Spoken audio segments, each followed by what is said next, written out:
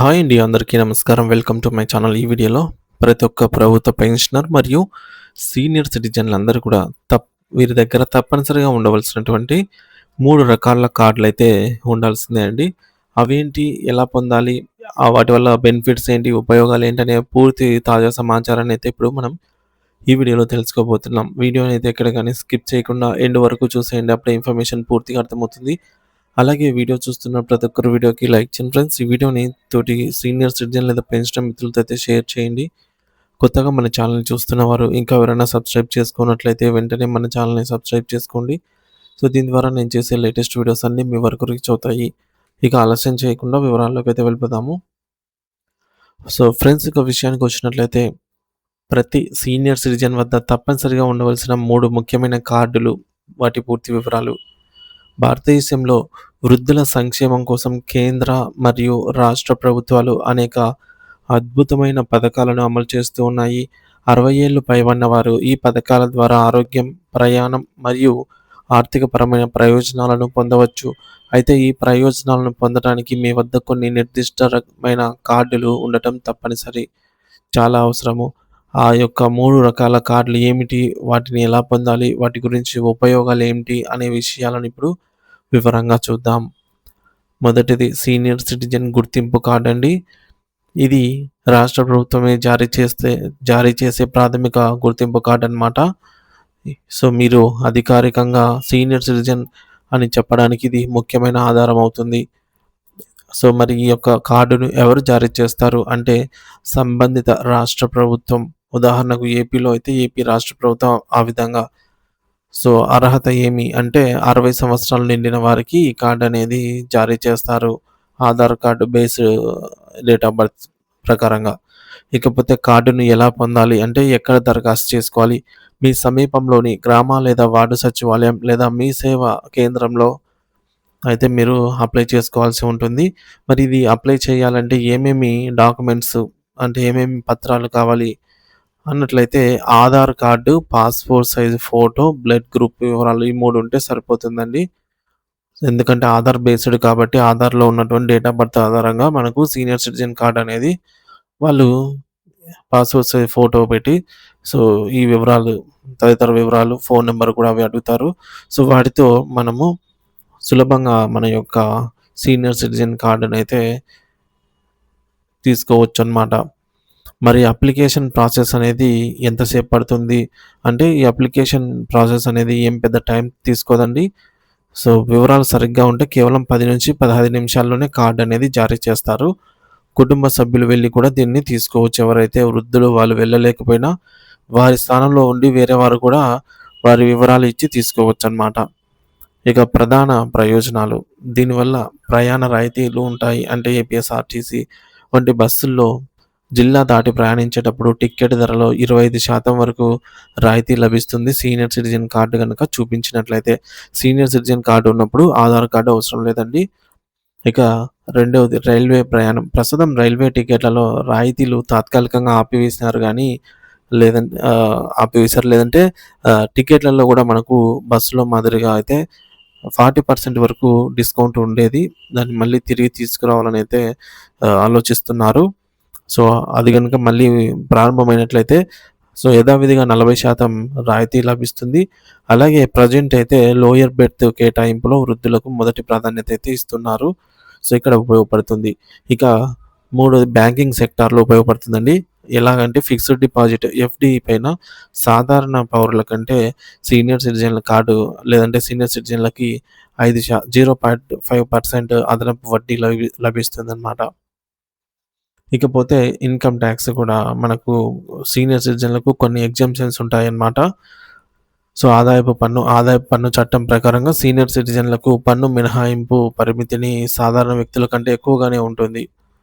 ఇక ప్రత్యేక దర్శనాలు కూడా చేసుకోవచ్చు. ఈ కార్డ్ వల్ల మనము తిరుమల వంటి దేవాలయాల్లో, బ్యాంకులు మరియు ప్రభుత్వ హాస్పిటల్‌లో క్యూ లైన్‌లలో నిలబడకుండా ప్రత్యేక ప్రవేశం లేదా ప్రాధాన్యత అనేది లభిస్తుందన్నమాట ఈ కార్డ్ ఉండటం వల్ల. సో, ఇవి ఈ యొక్క సీనియర్ సిటిజన్ కార్డ్ వల్ల బెనిఫిట్స్ మరియు ఎలా తీసుకోవాలి? ఏమేమి డాక్యుమెంట్స్ కావాలి? ఎక్కడ అప్లై చేసుకోవాలి? ఇవన్నీ కూడా మనము క్లియర్‌గా తెలుసుకున్నాం. సో, మొదటి కార్డ్ అయిపోయింది. ఇక రెండవ card Ayushman Bharat health account card అనమాట. సో, దీన్ని డిజిటల్ హెల్త్ కార్డ్ అని కూడా పిలుస్తారు. ఇది కేంద్ర ప్రభుత్వం ఆయుష్మాన్ భారత్ డిజిటల్ మిషన్ కింద జారీ చేయబడుతుంది. ముఖ్య గమనిక, చాలామంది దీనిని హెల్త్ ఇన్సూరెన్స్ బీమా అని అనుకుంటారేమో కానీ, ఇది బీమా కార్డ్ అయితే కాదండి. ఇది మీ ఆరోగ్య చరిత్రను, అంటే మెడికల్ హిస్టరీని భద్రపరిచే ఒక డిజిటల్ లాకర్ లాంటిది.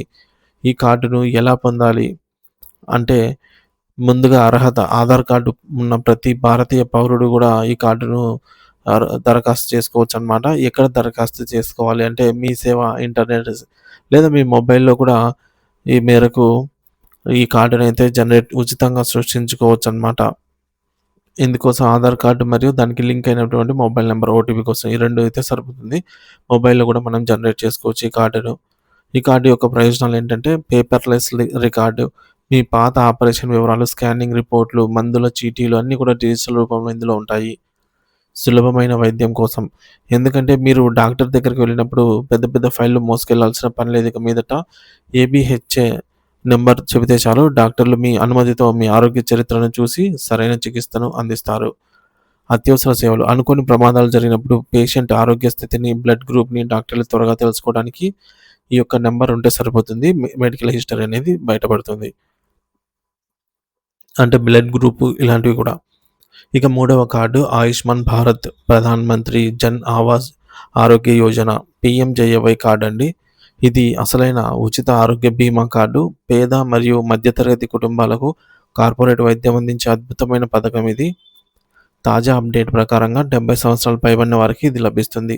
ఇటీవల కేంద్ర ప్రభుత్వం 70 ఏళ్లు నిండిన వృద్ధులందరికీ కూడా ఆదాయంతో సంబంధం లేకుండా ఈ పథకాన్ని వర్తింపజేసింది. దీనిని ఆయుష్మాన్ వయవందన కార్డు అని కూడా పిలుస్తున్నారు. మరి ఈ కార్డుని ఎలా పొందాలి? ముందుగా అర్హత తెల్ల రేషన్ కార్డు ఉన్నవారు మరియు 70 ఏళ్లు పైబడిన సీనియర్ సిటిజన్లందరూ దరఖాస్తు చేసుకోవచ్చు. ఎక్కడ దరఖాస్తు చేయాలి అంటే, మీ సేవా కేంద్రాల్లో లేదా పీఎంజేఏవై పోర్టల్‌లో ద్వారా చేసుకోవచ్చు. సచివాలయాల్లో ప్రస్తుతం ఈ సేవ అందుబాటులో లేకపోవచ్చు. ముఖ్య గమనిక, లబ్ధిదారుడు స్వయంగా వెళ్లి లైవ్ ఫోటో మరియు బయోమెట్రిక్ వేలిముద్ర, ఐరిష్, కనుపాప ఇవ్వాల్సి ఉంటుంది.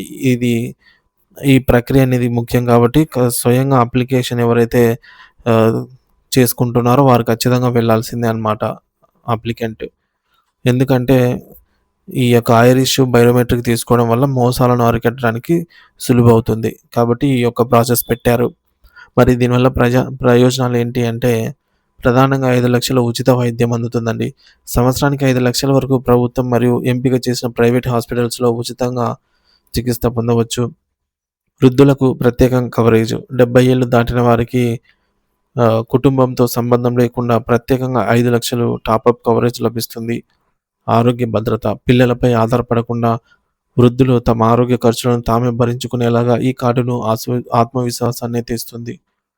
ముఖ్యమైన సూచనలు, important tips. Aadhaar card update. ఈ 3 కార్డులు పొందాలన్నా, వాటి ప్రయోజనాలు అందాలన్నా మీ ఆధార్ కార్డులో వివరాలు, పేరు, వయస్సు, అడ్రస్సు సరిగ్గా ఉండాలి. రెండోది బయోమెట్రిక్. వృద్ధాప్యం వల్ల వేలిముద్రలు అరిగిపోతూ ఉంటాయి కాబట్టి ఆధార్ సెంటర్‌కి వెళ్లి బయోమెట్రిక్ మరియు ఐరిష్, కంటిపాప అప్డేట్ అయితే చేయించుకోవడం చాలా మంచిది. మూడోది మొబైల్ లింక్. మీ ఆధార్‌కి ప్రస్తుతం మొబైల్ లింక్ అయిందా లేదా అని సరిచూసుకోండి. అపోహలు వద్దు. ప్రభుత్వం కల్పిస్తున్న ఈ సౌకర్యాలను పొందటం మన హక్కు. ఏ కార్డు ఎప్పుడు ప్రాణం కాపాడుతుందో, ఎప్పుడు డబ్బు ఆదా చేస్తుందో చెప్పలేం కాబట్టి, మీ ఇంట్లో ఉన్న పెద్దవారికి ఈ కార్డులు ఉన్నాయో లేదో ఇప్పుడే చెక్ చేయండి. లేకపోతే వెంటనే దరఖాస్తు చేయించండి. మీకు సమాచారం ఉపయోగపడితే ఇతరులకు కూడా ఈ వీడియోనైతే తప్పకుండా షేర్ చేయండి. Thank you for watching this video.